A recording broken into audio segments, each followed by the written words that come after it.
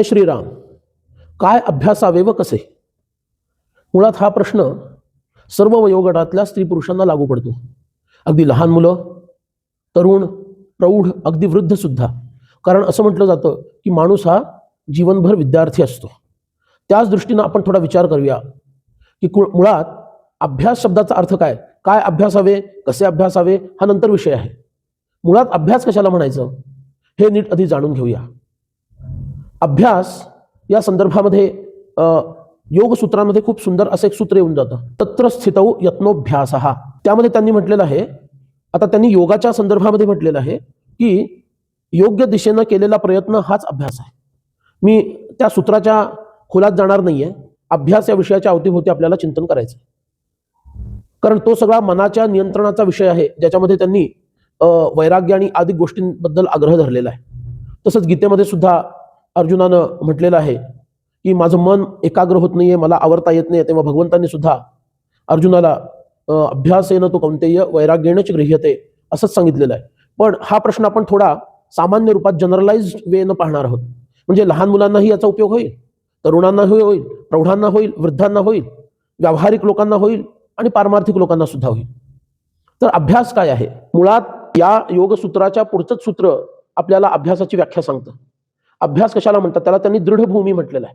दृढभूमी ही म्हणजे आपली मनाची भूमिका पक्की होते. कशामुळं? त्या अभ्यासामुळं. मग अभ्यासामध्ये कोणते गुण असायला हवेत? 3 गुण आवश्यक आहेत.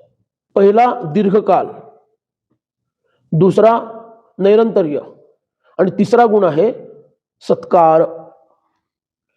एकच गोष्ट दीर्घकाळ करत राहणं, अखंडपणे न भंग होऊ देता करत राहणं आणि आदर बुद्धीनं, सत्कार बुद्धीनं करणं, या 3 गोष्टी जर एकत्र आल्या तर आणि तरच त्याला अभ्यास असं म्हणतात. सध्या अभ्यास शब्दालाच एक आंग्ल भाषेमध्ये आपण प्रॅक्टिस हा शब्द वापरतो, किंवा संगीतातले लोक त्याला रियाज असा शब्द वापरतात.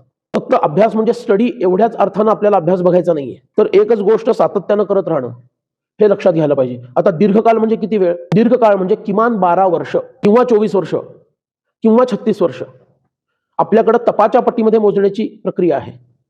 म्हणून किमान 12 वर्ष तरी एखादी गोष्ट सातत्यानं करत राहायला पाहिजे. शाळेचा अभ्यास असो किंवा संगीताचा अभ्यास असो, योगशास्त्राचा अभ्यास असो, भक्तिशास्त्राचा अभ्यास असो, मंत्रशास्त्राचा असो, कशाचाही तुम्ही अभ्यास कराल तर तो सातत्यानं 12 वर्ष करायला हवा. ही पहिली आवश्यकता. पण 12 वर्षामध्ये मध्ये मध्ये खंड पडला आणि मी केलं, मध्ये 4 महिने केलाच नाही, 2 महिने केलंच नाही, असं झालं तरी सुद्धा ते चालणार नाही. म्हणून दीर्घकाळ म्हटल्यानंतर त्याच्या पुढचा टप्पा येतो, तो म्हणजे नैरंतर्य. सातत्यानं करणे म्हणजे प्रत्यही रोज करणे, याला म्हणतात नैरंतर्य, अखंड करणे. म्हणून इंग्लिशमध्ये 2 शब्द आहेत, कंटिन्युअस आणि कंटिन्युअल. कंटिन्युअल म्हणजे विशिष्ट कालावधीनंतर सातत्यानं करणे आणि कंटिन्युअस म्हणजे अखंड न चुकता करणे. तर आपल्याला कंटिन्युअल नको आहे, कंटिन्युअस पाहिजे. त्यालाच नैरंतर्य असं म्हटलेलं आहे. म्हणून दीर्घकाळ, त्यानंतर नैरंतर्य आणि त्यानंतर येतो तो सगळ्यात महत्वाचा मुद्दा सत्कार. सत्कार याचा अर्थ काहीतरी सांगितलंय म्हणून करायला लागतं म्हणून करतोय. मन थोडं तिकडच आहे, दुसरीकडेच आहे आणि मन भरकटतंय आणि मी करतोय आणि अनेक वर्ष करतोय, काही उपयोग नाही. त्याच्याबद्दल आदर पाहिजे, त्याची महात्म्य बुद्धी पाहिजे. मी हे जे करतो हे माझ्या कल्याणाचं आहे, याच्यासाठी मला करायचं आहे. या कल्याण बुद्धीनं त्याच्यामध्ये त्याचं महत्व जाणून ते अत्यंत प्रेमानं, आदरानं, आत्मीयतेनं करणं, या 3 गोष्टी जेव्हा एकत्र येतात त्याला आणि त्यालाच अभ्यास असं म्हणतात. अन्यथा त्याला अभ्यास म्हणता येत नाही. म्हणून अभ्यास म्हणजे it is not just study.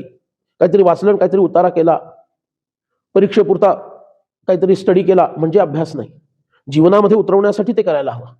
म्हणून या गोष्टीचं अत्यंत महत्व आहे. मग आता प्रश्न येतो की काय अभ्यासावं, कशाचा अभ्यास करावा? याचं सोपं उत्तर आहे, ज्याचा जो व्यापार, जिथं ज्याचं काम आहे त्याचा त्यांनी अभ्यास करावा.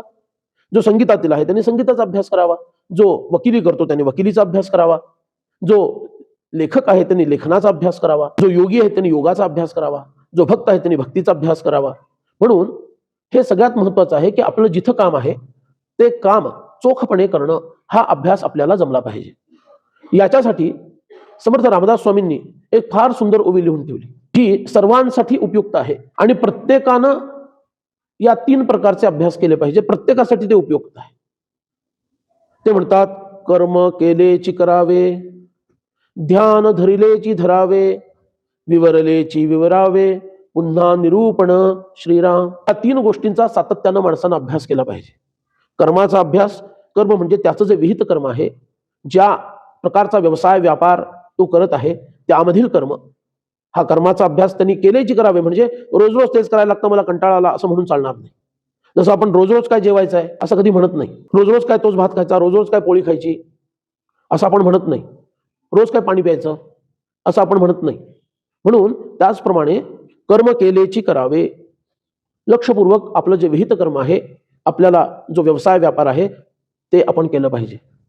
पण माणसं सध्या तेवढ्यावरच संतुष्ट आहेत हे रामदास स्वामींना मान्य नाही. वर्कोहोलिक वगैरे शब्द आलेत ना, हे ते अल्कोहोलिक सगळेच शब्द आहेत. ते सगळे वर्कोहोलिक वगैरे हे शब्द माणसाला बंदिस्त बनवतात आणि नुसतं काम करत राहा, काम करत राहा, ओझ्याच्या बैलासारखं करत राहा आणि पैसा मिळवत राहा, एवढ्याच त्याच्या जीवनाचा एक अगदी लहानसा किंवा संकुचित हेतू झालेला आहे. रामदास स्वामी म्हणतात कर्म तर केलंच पाहिजे. त्यांनी सांगितलं ना, यत्न तो देव जाणावा अंतरी धरिता बरे. कर्म तर करायलाच हवं रे, प्रत्येकाने करायला हवं, पण तेवढ्यावरच थांबून राहू नये. पुढचा मुद्दा ते सांगतात, ध्यान धरिलेची धरावे. त्यामुळं माणसानं ध्याननिष्ठ पण व्हायला हवं. बघा, ज्याचं ध्यान चांगलं होईल ना त्याचं कर्म सुद्धा उत्तम होईल बरं का. म्हणून ध्यानाचा, उपासनेचा अभ्यास प्रत्येकानं वाढवला पाहिजे. त्याचेही नियम तसेच आहेत. नैरंतर्य, दीर्घकाळ आणि सत्कार बुद्धी.